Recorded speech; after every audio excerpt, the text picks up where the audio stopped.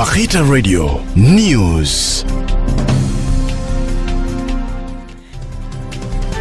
Government 6-member committee to investigate the rape, murder and looting in Tehran Hotel by armed men in July says it has started obtaining some evidence.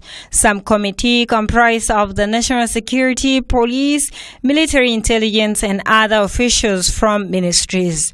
Chairperson of the committee, Martinson Otromoy, told journalists on Thursday that they are still waiting for more proofs. We have covered enough ground, we have interviewed so many people, and we continue to interview so many people. We have obtained enough evidence. Some of the victims were foreigners. It doesn't mean that all the foreigners we have not had access. We have already made contacts with some foreigners. Others, we could not trace them, and I think the investigators are talking to them, okay? We want to make it public in case we want to speak to additional witnesses.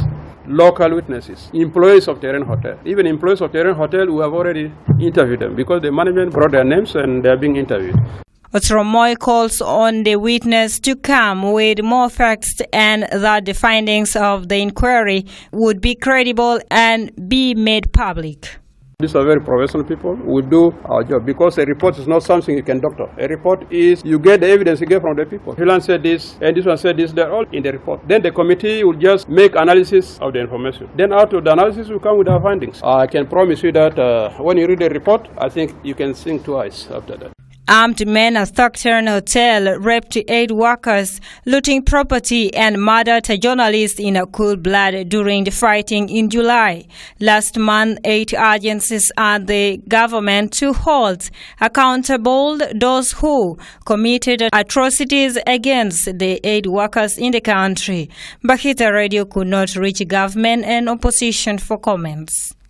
South Sudan Women Monthly Forum, in collaboration with partners on Wednesday in a roundtable meeting, discussed ways of resolving the current crisis in the country.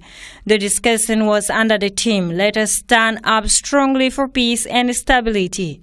Coordinator of the forum, Betty Sunday, says the seminar focused on the resolution of the conflict in South Sudan. The group calls for peaceful coexistence among citizens. Forum head Betty Oboy says they are working to realize reconciliation and lasting peace at all levels in the country. 13 commissioners of Yei River State have been oriented in their work before dispersing to their respective counties. State Information Minister Stephen Ladu Onesimo says the commissioners are highlighted about SPLM policies and vision, security, intergovernmental linkages and ways of letting revenues to develop the counties. He added that the state governor, David Lokonga Moses, told the commissioners that they have all the powers to execute programs in their respective counties. They are going to bring a new perspective and a change in the face of the Yei River State government. And the governor also assured them that they are different political entities. They have all the powers and to execute programs pertaining to their respective counties. Lado says it is now for the state citizens to honor, respect commissioners and develop their counties. For all the people of Yei River State to have a collective mind, a collective vision to develop their new counties, and it is their call. So they should honor it and they should respect their counties and they should develop it to the potential of that. The governor also assured the commissioners that Yei River State is not poor. Yei River State has a lot of resources. All the counties that have been established have resources. The first resources that is the human resources, human capital. Then the second resources are other financial resources that are available within there. It's just the commissioners have to go with all the executive directors to work to organize their communities and develop them towns. And this is, as a result, the vision of Dr. John Garang Dimabior, the chairperson of the SPLM, envisioned that taking town closer to the people. Yei River State government organized the orientation program on Wednesday.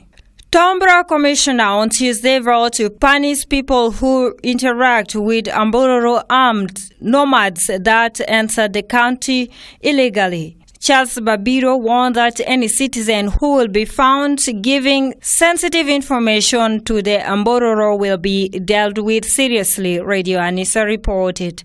He said security organs and the county authorities are working hard to ensure that the foreign pastoralists immediately quit the area with all their cows and weapons. Charles said the presence of the foreign pastoralists in the county is a serious security threat to the communities and need immediate response by the government. He assured that despite the presence of the Ambororo in the area, security situation had improved in the past few weeks. Charles revealed that the 6 criminals who were arrested and detained in the police custody 2 weeks ago for looting people at gunpoint are being tried in the county court. Few weeks ago, Tombra County, one of the peaceful areas in the state, started experiencing security threats as some armed men were looting people's property. Unnecessary gunshots were also reported with casualties. Radio Bakita 91 FM, the voice of the church.